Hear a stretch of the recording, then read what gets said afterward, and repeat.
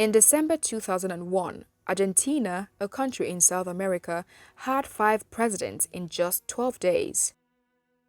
In this episode, we shall tell you the full story of what led to a successive change of government that occurred 5 times in Argentina during this short period of nearly 2 weeks in 2001.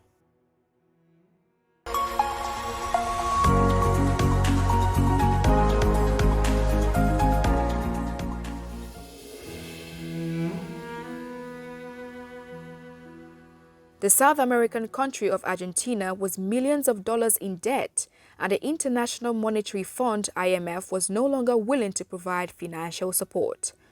People were no longer allowed to withdraw above a certain limit from the banks, and businesses were grinding to a halt.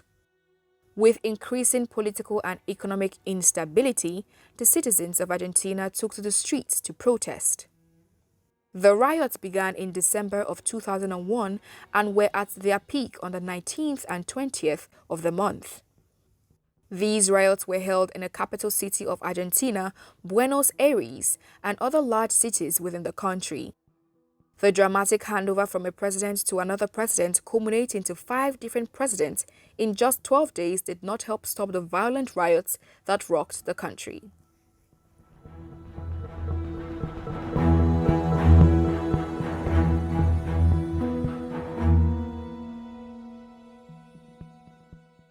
Argentinazo was the name coined for the December 2001 crisis that took place in Argentina. The protests were initiated by revolting groups against the incumbent government. Their request was clearly stated in their mantra: all of them must go. This led to the resignation of the president at the time, President Fernando de la Rúa. His resignation further aggravated the crisis and ushered in a period of great political unrest in the country. This had a ripple effect on the country, leading to an economic and social downturn. The downturn lasted for about 4 years, from 1998 to 2002, and was termed the Argentine Great Depression. The riots intensified just after the country, in a bid to salvage its dicey economic situation, had just implemented an economic law known as Corral policies. This meant that people were not able to access their money and withdrawals were not allowed in the banks. By December 19, 2001, riots were at their peak and the president was led to declare a state of emergency. The day after, he resigned, and without a president, the situation worsened.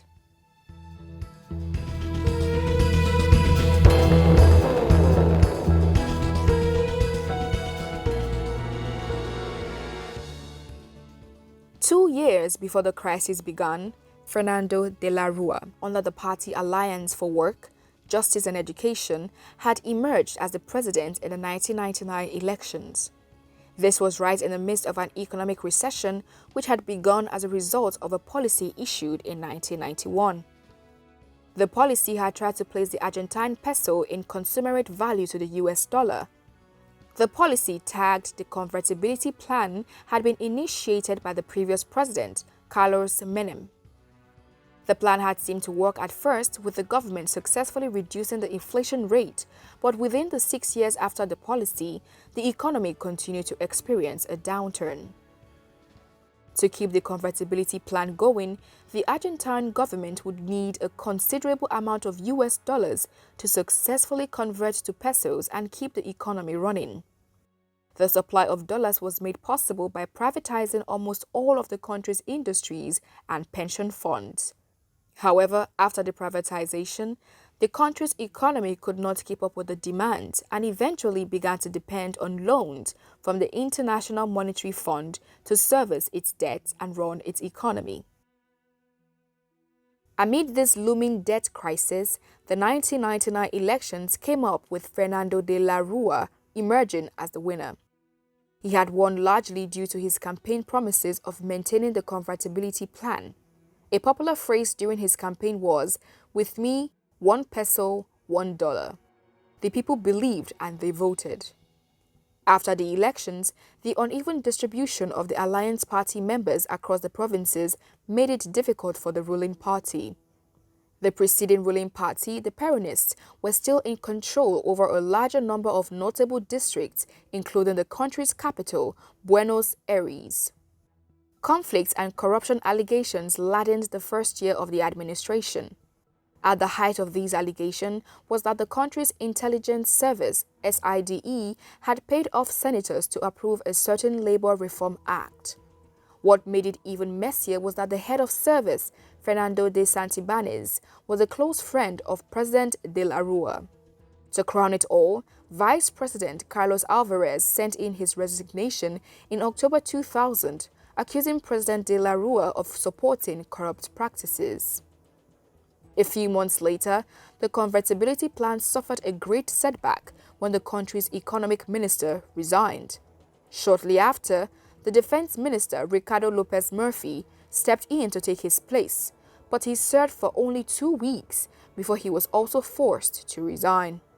Murphy was then replaced by one-time economic minister, Domingo Cavallo, who had been the initiator of the convertibility plan.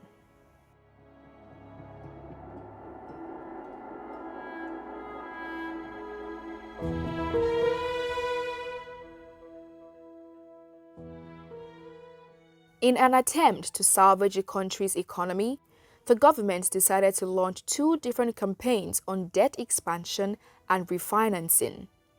These campaigns, the Amorim and the Mega Exchange, were to be carried out under the supervision of the International Monetary Fund.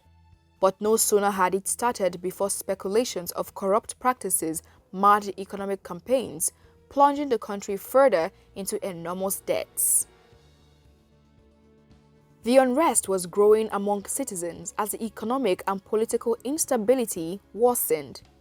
In the corridors of power, the Peronists had appointed one of its senators as president pro tempore of the Argentine Senate. This position was for someone next in line for the presidency after the vice president. President de la Rúa had no vice president, and this meant that a senator from the opposing party was next in line for his position. Without adequate members of his party in key positions, his political strength dwindled.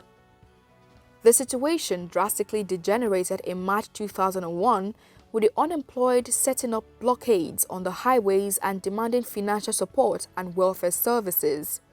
The unrest lasted for several months until it reached its tipping point on November 29, 2001. Amidst fears of a total economic meltdown, investors began withdrawing their funds and capital from the banks. The International Monetary Fund had also refused to stop financing the country's debt. These culminated in a complete breakdown of the Argentine banking system and the country's economy. By December, the government was desperately trying to salvage a critical situation, and the finance minister announced that citizens were only allowed to take out cash withdrawals maximum of $250 per week.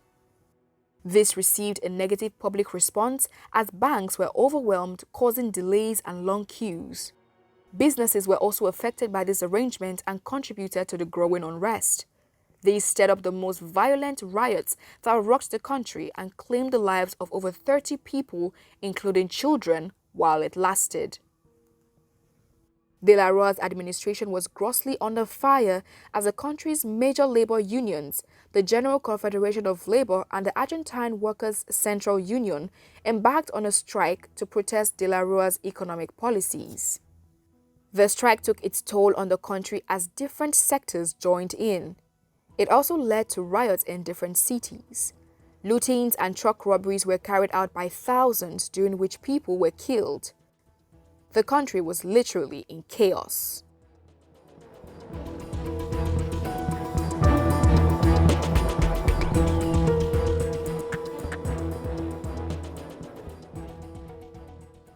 On December 19, 2001, the riots reached their heights with looting carried on for hours. The lootings were believed to have been instigated by the government's major opposing party, the Peronists. This was because they were more pronounced in areas and districts controlled by opponents. Nearing a state of anarchy, the government had to devise means of restoring order and calm. The first strategy was to involve the military, but this plan quickly fell flat on its face when it was discovered that the military would not be involved in domestic matters, except the police and other civil forces who could no longer handle it.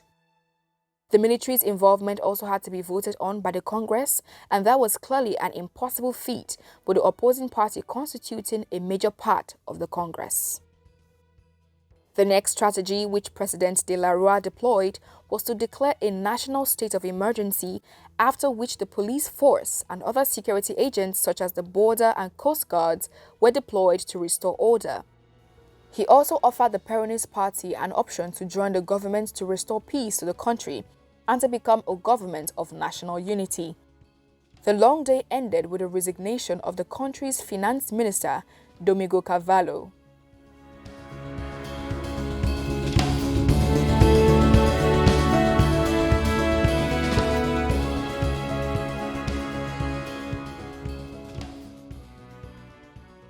The riots continued until the next day, December 20, 2001. By this time, the government had devised yet another strategy of distributing food to the populace. This also fell through as the Ministry of Social Development refused to conduct the exercise.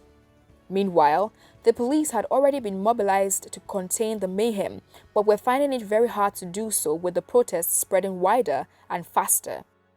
The government tried to place sanctions on the media and other news outlets broadcasting the events to prevent the spread, but this turned futile as even the president's media personnel refused to obey. The protests got more violent with growing clashes between the police and the protesters across the country.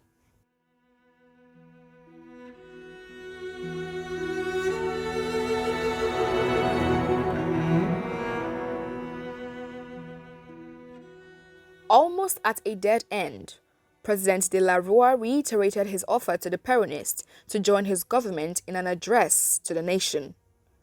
After hours of deliberation, the opposing party rejected his offer. It was the last straw that broke the camel's back, and President Fernando de la Rua proceeded to resign from office on December 21, 2001.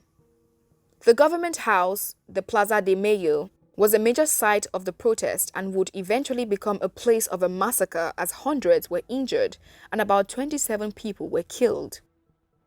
With the violent state of the surrounding environments, De La Rua could not leave by road. Thus, an Air Force helicopter was dispatched to airlift him from the building.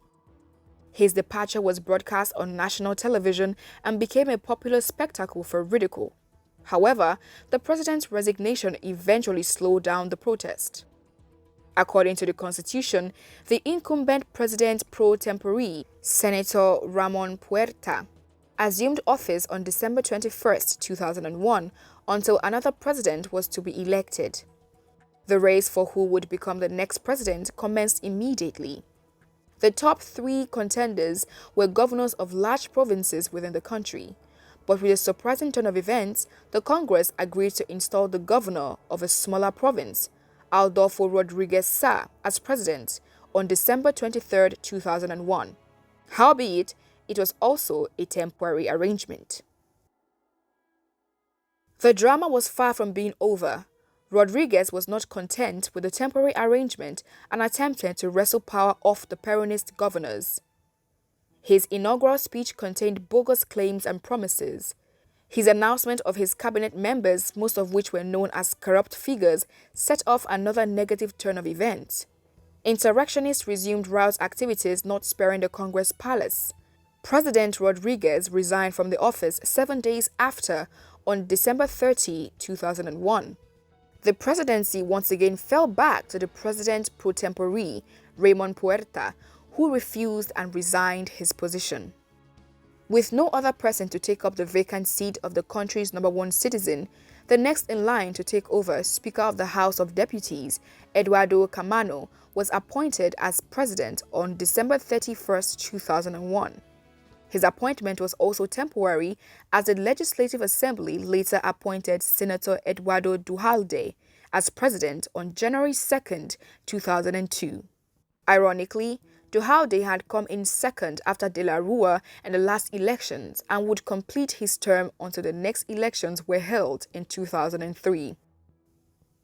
Duhalde became the fifth president of Argentina to emerge in 12 days from a long trail of presidential resignations and appointments.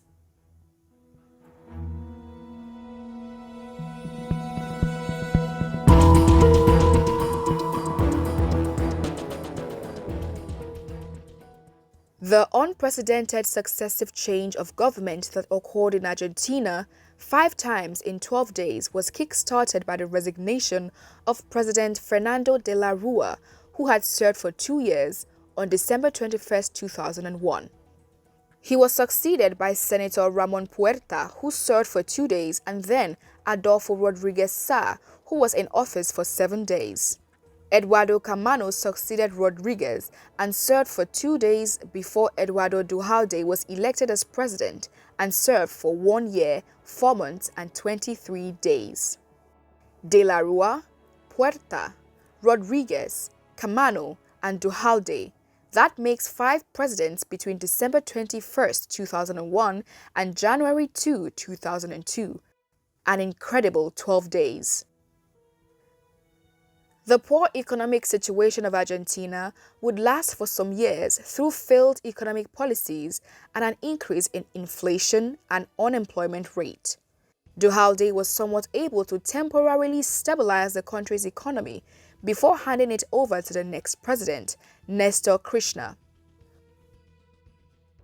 With the help of the country's Minister of Economy, Roberto Lavagna, the country was able to manage the economic crisis.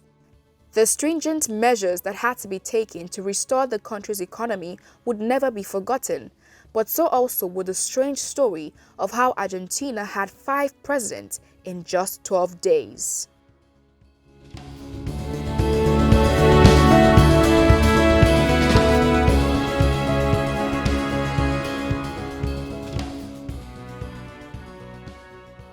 We always have more stories like this to talk about, so don't hesitate to like and share this video with your friends. You can subscribe to our channel and turn on the notification bell to receive the latest videos as they drop. Also, if you would like to know more about how Argentina erased its black people from history, do check out our next video.